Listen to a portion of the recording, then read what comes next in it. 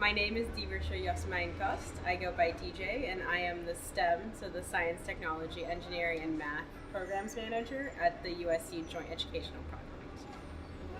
What brought me into the science field is probably my dad. He is a HPV-induced cervical cancer researcher, and so the pressure was always on into going into lots of different STEM fields. And while I did go through a lot of I went to USC. I have an undergrad in biology and a master's in marine environmental biology.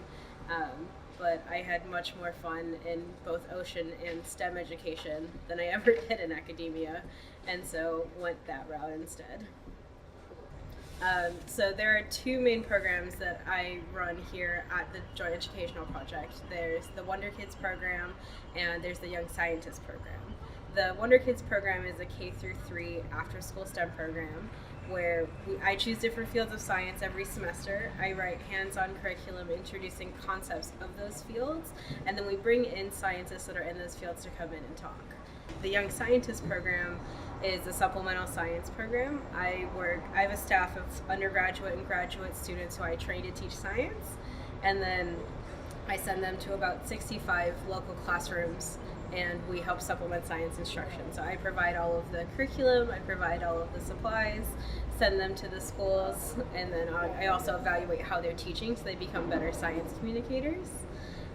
We work with about 2,000 students locally in that through that program. We also do after-school workshops and teacher professional development. And we work with a lot of scientists on campus where we translate their work into lesson plans and activities. We work with industry. We bring a lot of different people together to try and showcase what is possible for students in STEM. And the students that we cater to through the programs are predominantly low-income students, and so we try and also bring in scientists that are either scientists of color or women so that they see themselves represented in the scientists that we bring. And for me, I'm the daughter of an immigrant, and I am an immigrant, and it wasn't always the easiest growing up for me. I didn't speak English when I moved to the U.S., and there was a lot of I moved to a very xenophobic suburb where I was told that we're not racist, we love black people, we just hate foreigners. And so having to deal with a whole bunch of that for most of my life until I moved to California, I am very empathetic to students around here that are maybe facing similar issues. In an ideal world, it doesn't matter what color you are, where you're from, what language you speak, sexual orientation, gender, that if you want to become a scientist, that the playing field is level enough that you can just become a scientist. That would be my ideal world.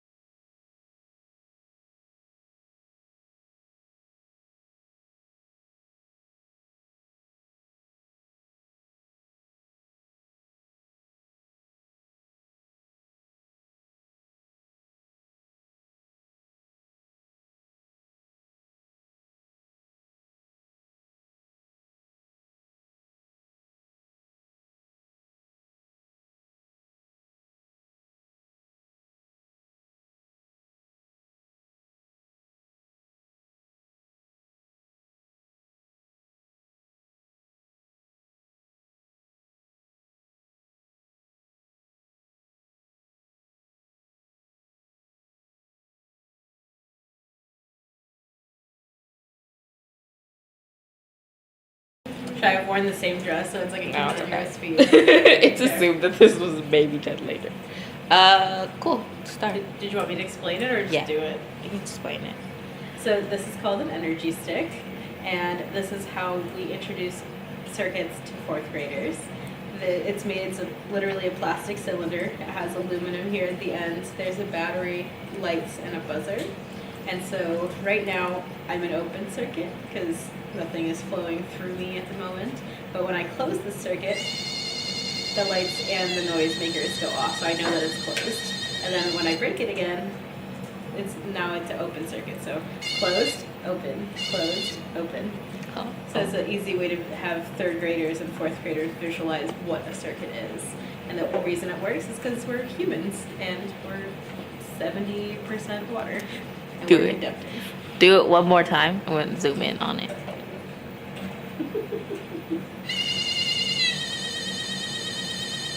You can let go. All right. Yeah.